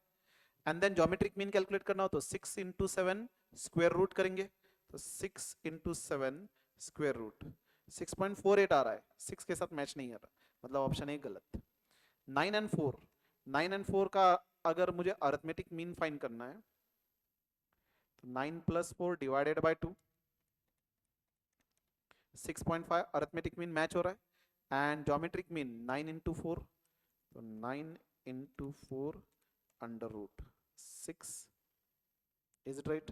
तो क्या ये मैच हो रहा है? ज्योमेट्रिक मीन 6 आ रहा है एंड अरिथमेटिक मीन 6.5. तो ऑप्शन बी. आंसर्स के साथ डायरेक्टली चेक करके देख सकते हैं. Then if the mean of the following frequency distribution is 2.6, then value of y, missing frequency वाला क्वेश्चन है. देखिए अब ये फास्ट जितना हो सके कैसे करेंगे. x 1 2 3 4 5, frequency 8 10 y 2 4. आपको क्या दिया हुआ है? 2.6 मीन दिया हुआ है, x बार दिया हुआ है 2.6. ओके, तो एफ एक्स कैलकुलेट करेंगे. 8 20 3y 8 20. समेशन लीजिए एफ एक्स का. 20 plus 8 plus 20 plus 8, 56 plus 3y. अब एक्स बार का फॉर्मूला क्या है? Summation of f x upon n. तो 2.6 is equal to 56 plus 3y upon number of observation 5 है, cross multiply. 13 is equal to 56 plus 3y.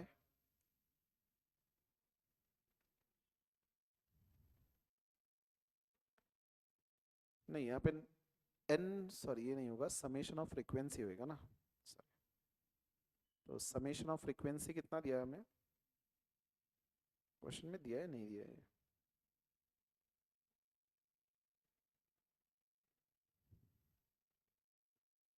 Total लीजिए. Summation of frequency 8 plus 10 18, 18 plus 2 20, 24 plus y ना. So यहाँ पे ये क्या होगा? 24 plus y. तो cross multiplication 26 into 2, sorry 24 into 2.6, 62.4 plus 2.6 y is equal to 56 plus 3y. तो ये लेफ्ट में आएगा. 62.4 minus 56 is equal to 3y minus 2.6y. 62.4 minus 56, 6.4 is equal to 0.4y, y is equal to 16 आ रहा है. Answer check करिए. 16 option E.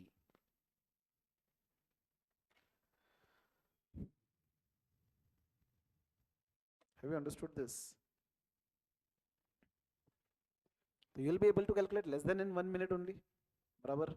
Measures of central tendency पहले question लेना है आपको, सिंपल रहते हैं question. Okay, can we proceed? Next. Which of the following measure of central tendency is based on only 50% of central values? Mid centre 50% के basis पे कौन सा सेंट्रल वैल्यू होगा? ये इनिशियल 25% एंड लास्ट 25% इग्नोर किया तो भी चलेगा. कौन सा? Median. Answer C. arithmetic mean and mode of the data is 32 and 26 respectively. Median is, याद है फॉर्मूला, arithmetic mean हमें दिया हुआ है 32, मोड हमें दिया हुआ है 26, तो mean minus mode is equal to 3 times mean minus median, हमें मीडियन फाइंड करना है ना, तो 32 minus 26 is equal to 3 into 32 minus median, this will be 6 is equal to 3, 32 minus median, तो लेफ्ट में जाएगा तो डिवीजन होगा 2 is equal to 32 minus median, तो मीडियन की वैल्यू आएगी 30, option A.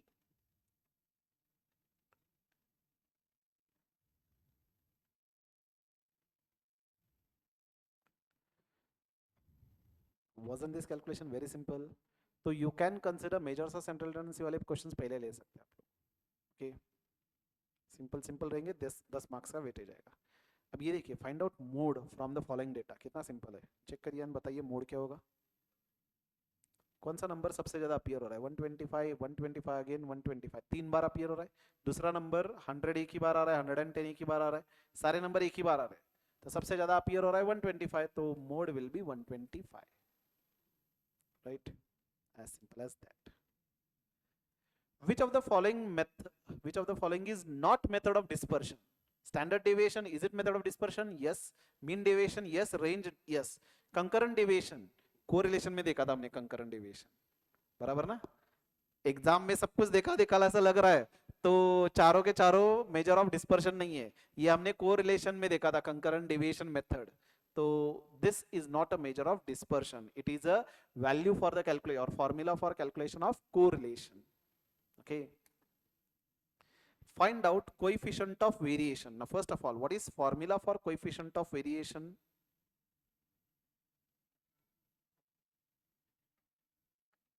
Coefficient of variation is calculated as standard deviation upon x bar into 100. This is the formula, बराबर। अब क्या क्या दिया है देखिए, आपको n दिया हुआ है 14, समेशन ऑफ fx दिया हुआ है 280 एंड स्टैंडर्ड डिविएशन दिया है 3, तो ये तो दिया हुआ है, x बार फाइंड करने के लिए दिया हुआ है यहाँ पे, तो x bar will be equal to summation of fx upon n 280 divided by 14, so it is 20, तो coefficient of variation this will be 3 upon 20 into 100, 15%, answer B.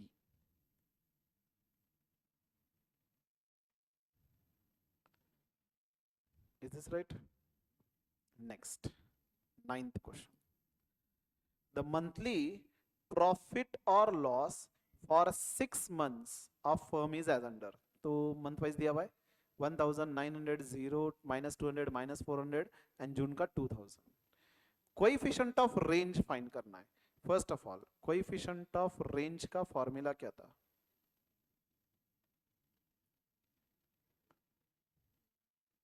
यहाँ पे अनग्रुप्ड डेटा है ना, तो largest minus smallest upon largest plus smallest into 100, तो बताइए in this example which is largest number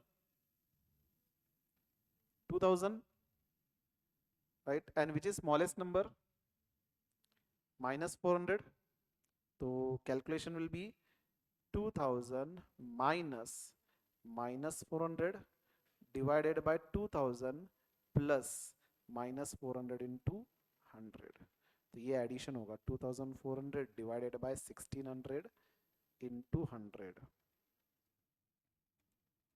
2400 divided by 1600 into 150, answer will be B. ये minus minus plus करना है, एग्जाम में जल्दबाजी में 200 एंड 400 का डिफरेंस लिया, 1600 लिया, गलत, ओके। तो आई से वांट्स कि इस तरह के सिली मिस्टेक्स हो, क्योंकि mostly we are use largest and smallest का डिफरेंस लेंगे तो नंबर सामने होंगे 2400 1600 लिख करके आएंगे, गलत होगा यहाँ पे, ओके। पर्पसली ऐसे नहीं है, माइनस में फिगर्स दिया हुआ है, okay. Then Which of the following is the absolute measure of dispersion for open-ended distribution? Quartile deviation. That's it. 10 questions खत्म. Okay that's it. मतलब अभी जैन 25 के क्वेश्चन सॉल्व करते हैं. चलिए next. Arithmetic mean geometric mean for two observations are been given 8 and 2. Find the values of two observation. Answers के साथ check करके देख सकते हैं. जैन 25 फर्स्ट क्वेश्चन. अरिथमेटिक मीन दिया हुआ है 8, ज्योमेट्रिक मीन दिया हुआ है 2. ऑप्शन ए दो नंबर्स 16 and 1. चेक करिए 16 and 1 का अरिथमेटिक मीन 8 आएगा क्या? नहीं आएगा तो छोड़ दीजिए. B 15.75 and 0.25. Arithmetic mean 15.75 plus 0.25 divided by 2. ये 8 आ रहा है, मैच हो रहा है. Geometric mean under root 15.75 into 0.25 कितना आ रहा है? 1.98. We can say it is very close to 2. फिर भी चेक करके देखते हैं आंसर्स. 15 and 1. 15 and 1 तो अरिथमेटिक मीन तो इसका 8 आएगा. 15 plus 1 divided by 2 that is 8. Geometric mean under root 15 into 1. 15 into 1 root 3.87 आ रहा है तो ये तो मैच नहीं हो रहा. एंड आंसर डी अगर हम देखें 14.75 एंड 1.75. इसका तो मेरे ख्याल से अरिथमेटिक मीन ही मैच नहीं होगा. 8.25 आ रहा है राइट तो ये मैच नहीं हो रहा. तो यहाँ पे closest answer is B only. 1.98 we can say very close to 2. Okay तो इसका आंसर बी है. आपको नहीं लगता 1 मिनट के अंदर ये सॉल्व हो जाएगा? Right. Second. The mean of 3 numbers is 135. among 3 numbers the biggest number is 180. difference between remaining 2 numbers is 25. then the smallest number is.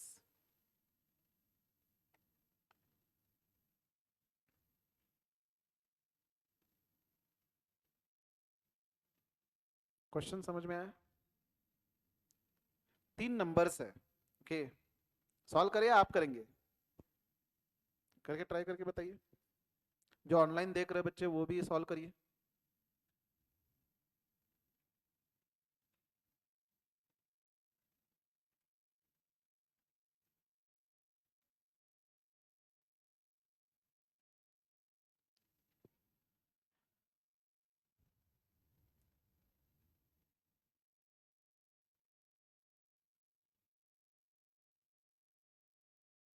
तीन नंबर्स है, उनका मीन दिया हुआ है 135. 3 नंबर में से बिगेस्ट नंबर एक दिया है 180. 2 नंबर्स का डिफरेंस दिया हुआ है 25. दो मतलब remaining 2 numbers 125. Option A and D आ रहा है आपका. Okay let me check. मेरे ख्याल से ऑप्शन डी इज करेक्ट. देखिए सिंपल क्या करेंगे, 3 नंबर को एबीसी अज्यूम करते हैं. Question number 2 3 numbers A assume करेंगे, बी अज्यूम करेंगे. तीसरा नंबर तो दिया ना, बिगेस्ट नंबर 180 दिया हुआ है तो 180 ये दिया हुआ है. एंड मुझे 2 नंबर्स का रिमेनिंग 2 नंबर्स का डिफरेंस दिया हुआ है. मींस सपोज इसको मैं स्मॉलेस्ट मान के चल रहा हूं ए को, तो b माइनस ए दिया हुआ है कितना 25 बराबर. स्मॉलेस्ट नंबर मुझे फाइंड करना था तो b माइनस ए 25 दिया हुआ है. नाउ अरिथमेटिक मीन भी दिया हुआ है x बार 135. x बार का कैलकुलेशन कैसे होगा? Summation of x divided by n should be equal to 135.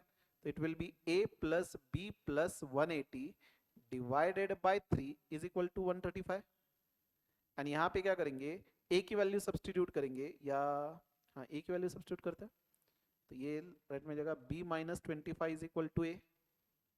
नहीं इंस्टेड ऑफ मुझे b चाहिए था ना, सॉरी a चाहिए था, तो b की वैल्यू सब्सटीट्यूट करते हैं. 25 माइनस सॉरी प्लस a बराबर.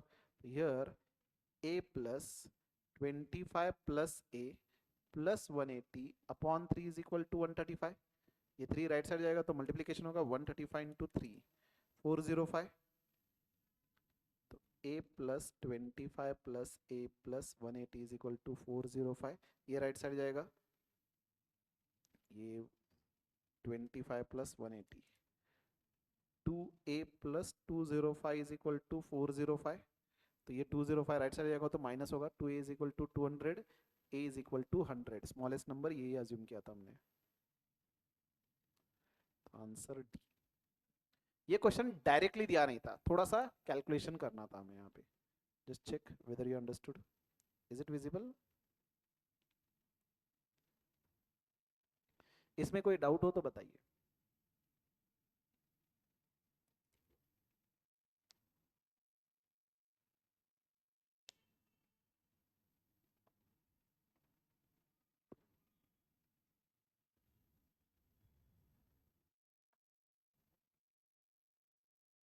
Just let me know. Can we proceed? चलो आगे. Algebraic sum of deviation of set of observation from their arithmetic mean is. Option A देखिए, बी देखिए एंड सी डी देखिए.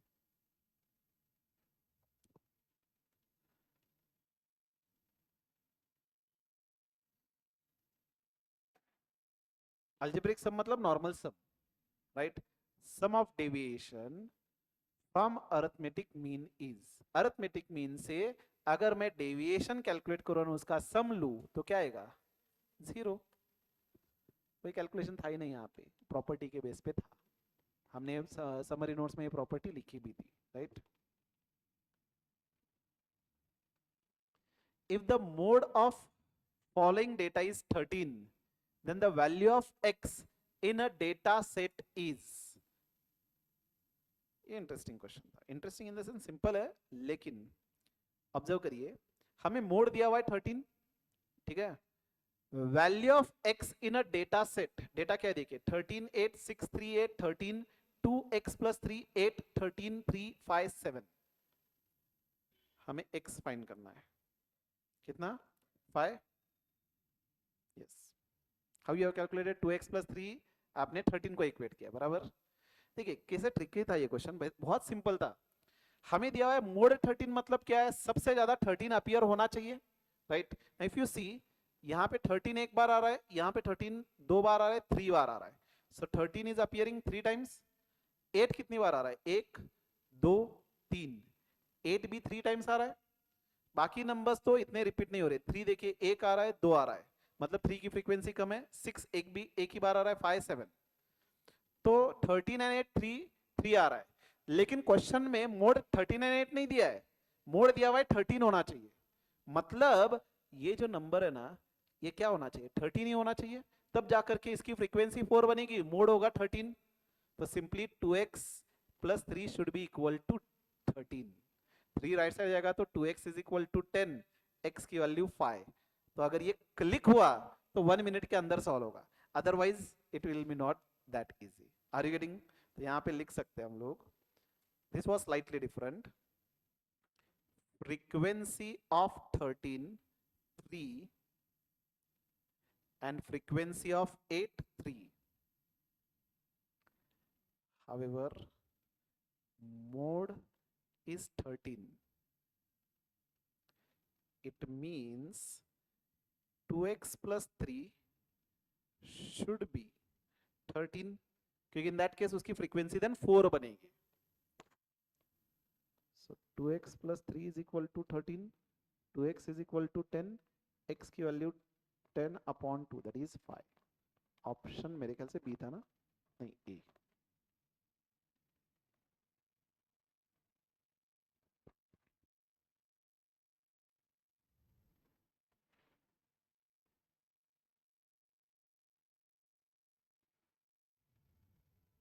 Done. चलो आगे बढ़े. अब ये देखिए, best measure of central tendency mean. ऐसे क्वेश्चंस आते हैं एग्जाम में. ये कब का था? जैन 25 का था. Harmonic mean of 2 4 6. Exactly same question हमने सॉल्व किया था. हार्मोनिक मीन ऑफ 246, तो डेटा कितना है 3, 3/1 + 1/2 + 1/4 + 1/6 लेंगे, तो 1/2/4m + 1/6m + 3/mRC, that is 3.27, 3.27, देखिए 3.3 के क्लोजेस्ट है, तो answer will be B. Have you all understood? Then इसका आंसर मुझे बताइए. Standard deviation of the data dash 2, ये डैश है मतलब माइनस नहीं है, 2 4 5 6 8 17 is 23.33, then the standard deviation of the data 4 8 10 12 16 34 is.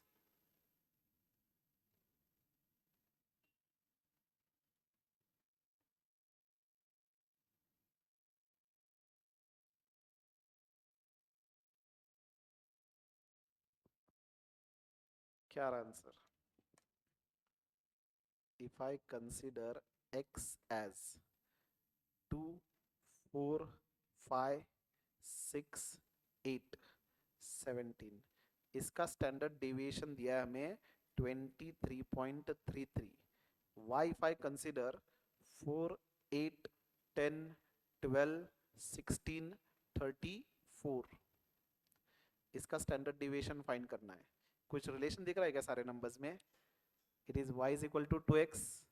when y is equal to 2x, standard deviation y will be mod 2 standard deviation of x, so that is 2 into 23.33, 46.66, answer A. Exam में ये click हुआ ना, ये numbers relate immediately करेंगे तो with in 10 seconds answer आएगा. Click नहीं हुआ तो कैलकुलेशन करते बैठेंगे, 2-3 मिनट जाएगा. ये अननेसेसरी कैलकुलेशन अगर करते बैठे तो टाइम जाएगा आपका. ठीक है, तो इसीलिए प्रॉपर्टी इंपॉर्टेंट है, you will be able to solve it fast. नहीं तो क्या करना पड़ता है आपको, इसका summation of y square upon n minus summation of y upon n bracket square under root standard deviation calculate करते बैठे, अननेसेसरी टाइम बहुत जाता है. ओके, तो ये with in 10 seconds you should or you are supposed to get the answer, right? Then ये वाला question simple है. Value of first quartile Q1 दिया हुआ है 36.5, I'll write over here. Q1 दिया है 36.5, Q2 सॉरी Q3 दिया हुआ है 57.5. Then semi interquartile range मतलब simply quartile deviation, that is calculated as Q3 minus Q1 upon 2, 57.5 minus 36.5 divided by 2, 10.5, answer C, right? Then x and y are related as 4x plus 2y plus 12 is equal to 0, mean deviation of x. ठीक है, जब भी आपको इस तरह का equation दिया, dispersion का मेजर है, डायरेक्ट सब्स्टिट्यूट नहीं करेंगे, y will be expressing in the terms of x and then will apply the property. कितना 9, 4x plus 2y plus 12 is equal to 0, इसको क्या करेंगे y की टर्म्स में एक्सप्रेस करेंगे. सो दिस विल बी 2y, ये राइट साइड जाएगा, ये भी राइट साइड जाएगा, तो 2y is equal to minus 12 minus 4x, तो y is equal to minus 6 minus 2x बराबर. अब अगर मुझे mean deviation of y find करना है तो mod b mean deviation of x, तो mod 2 into mean deviation of x. Mean deviation कितना है 4.5, तो 2 इंटू 4.5, माइनस साइन इग्नोर करेंगे 9, तो mean deviation of y will be equal to 9, answer A. मैंने आपको उस टाइम कहा था प्रॉपर्टी पे क्वेश्चन आएंगे. देखिए ये प्रॉपर्टी यानी ये प्रीवियस वाला स्टैंडर्ड डेविएशन, दो क्वेश्चन तो स्ट्रेट अवे है यहाँ पे, राइट?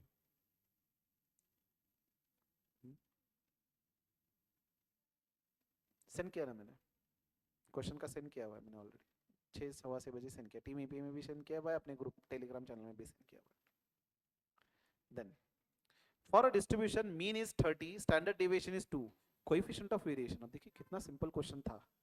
ये क्वेश्चन आपके लेवल पे, फाउंडेशन लेवल पे पूछना चाहिए या नहीं है?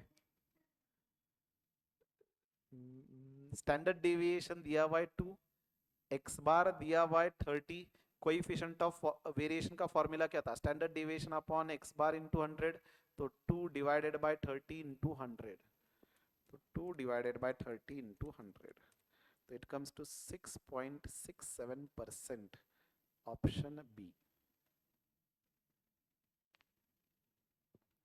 If you have seen, almost all questions were straightforward, easy. एक दो क्वेश्चन ट्रिकी कह सकते हैं, डिफिकल्ट नहीं थे, मतलब आंसर आएगा, हो सकता है प्रॉपर्टी अप्लाई करके करेंगे तो विद इन 1 मिनट आंसर आएगा, प्रॉपर्टी याद नहीं आ रही तो कैलकुलेट करेंगे, टाइम जाएगा, लेकिन आंसर आएगा, राइट.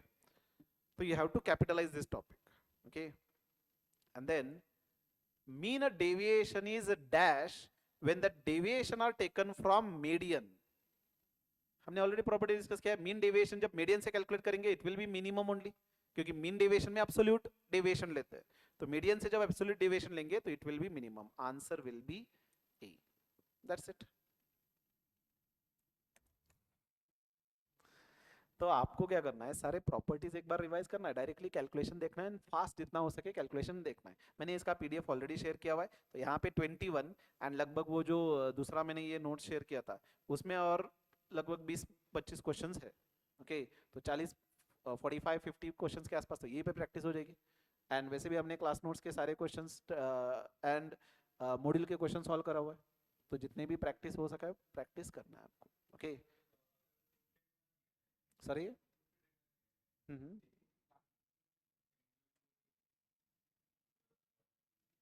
हाँ, मतलब अनग्रुप्ड फ्रीक्वेंसी डिस्ट्रीब्यूशन दिया हुआ है. हाँ,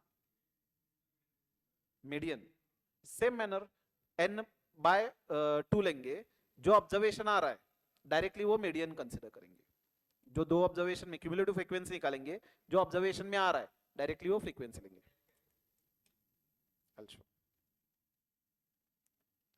n will be taken as frequency only, summation of frequency, means you are saying say x is 5, 10, 12, 20, 25 and 30. suppose this has been given, frequency दिया हुआ है 2, 8, 10, then say 15, 5 and 10, something like this. suppose it has been given, summation of frequency क्या होगा, 10 plus 10, 20, 50, so we'll be taking n upon 2 observation, cumulative frequency पहले calculate करेंगे, तो 2, 10, 20, 35, 40, 50, तो 50 divided by 2, 25, 25 यहाँ से आगे यहाँ पे, मतलब median will be directly 20, okay. तो बेसिकली ऑब्जर्वेशन कैसे होगा पता है, 5, 5 फ्रीक्वेंसी 2 है, मतलब 2 बार होगा, देन 10 8 बार है, तो ऐसे 10 8 टाइम्स होगा, देन 12 10 टाइम्स होगा, ओके. देन 20 15 टाइम्स होगा. तो इसमें से 25th ऑब्जर्वेशन एग्जैक्टली सेंटर आएगा ना, तो 25th ऑब्जर्वेशन यहाँ पे 20 होगा, यहाँ पे समवेयर, राइट. तो डायरेक्ट यहाँ पे मीडियन आएगा, फॉर्मूला अप्लाई नहीं करना है. हाँ, अगर यहाँ पे क्लास इंटरवल होता तो उसमें से एक नंबर आइडेंटिफाई करना था, इसलिए फॉर्मूला अप्लाई करेंगे, राइट.